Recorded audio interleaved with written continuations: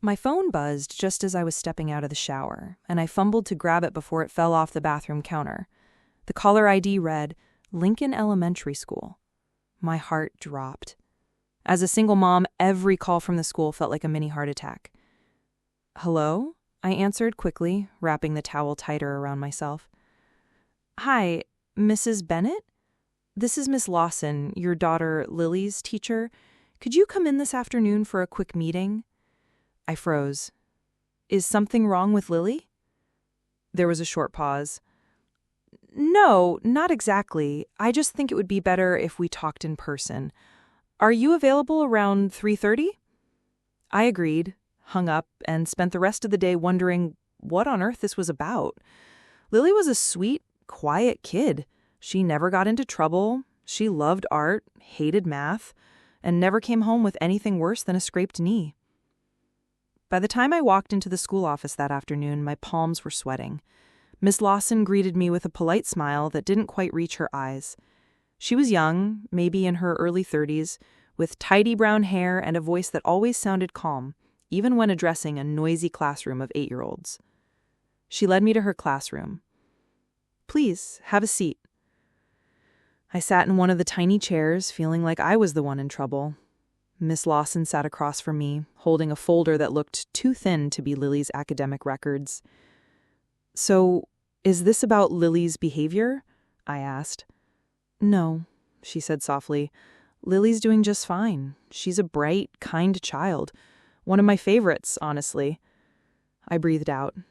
Then what's this about? Miss Lawson looked down at the folder, hesitated, then opened it. Inside was a drawing. Crayon on construction paper. It was of a woman, me, I assumed, standing next to a little girl. Both of us were smiling. But in the background was a man, his face scribbled out in red, and next to him was a large house with a big red X over it. I recognized the drawing. Lily had shown it to me last week. I hadn't thought much of it. Lily gave me this. She told me the man was her father, that he doesn't love us anymore. I swallowed hard. Her dad left 2 years ago. No calls, no support, nothing. I've explained it the best I could, but she still asks about him sometimes. She nodded. She told me you've been working nights lately, that she stays with your neighbor a lot. Is that true? I stiffened. Yes, I pick up shifts cleaning offices. It's not ideal, but I have bills to pay. What does this have to do with... I'm sorry, she interrupted gently. I didn't call you here to criticize your parenting. Quite the opposite, actually. I blinked. Then why am I here? She closed the folder slowly and leaned forward. Because I need to tell you something. Something personal. I sat still, confused, on edge. A few days ago, Lily stayed after class to help me clean up. She asked me if I ever felt lonely at night. When I said yes, she told me, my mommy cries when she thinks I'm asleep. My breath caught in my throat. Miss Lawson's voice wavered for the first time. I know this isn't professional, but I felt compelled to talk to you because I recognize the look in your eyes, the exhaustion, the guilt. I know it too well. I didn't say anything.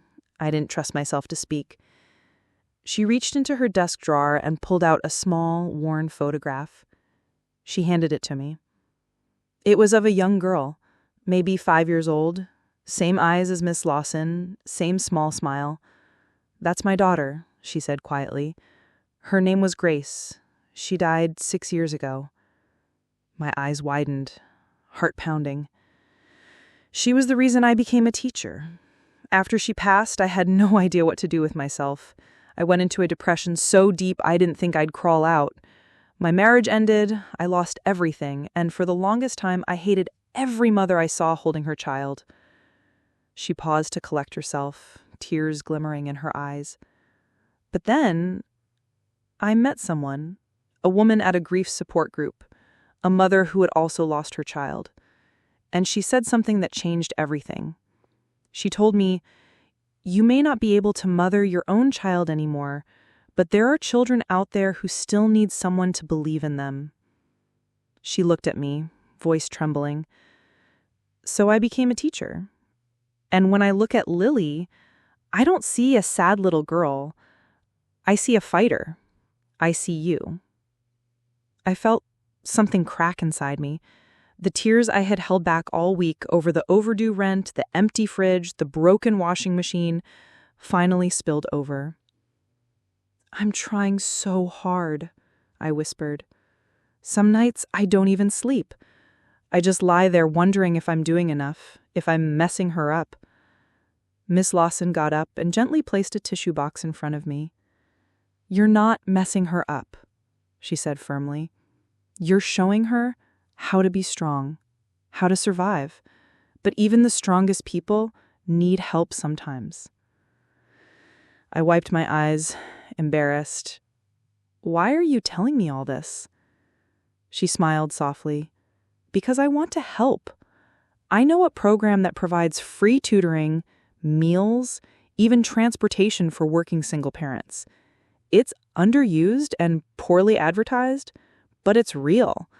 I can refer you if you're open to it." I nodded, overwhelmed. "And," she added, "Lily mentioned she loves to draw. There's an after-school art club starting next month. I'd love to enroll her. No cost."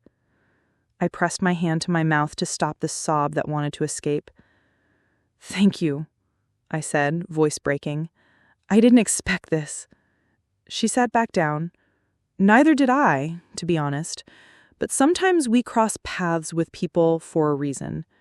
I don't know what brought you into my life, but I'm glad it did.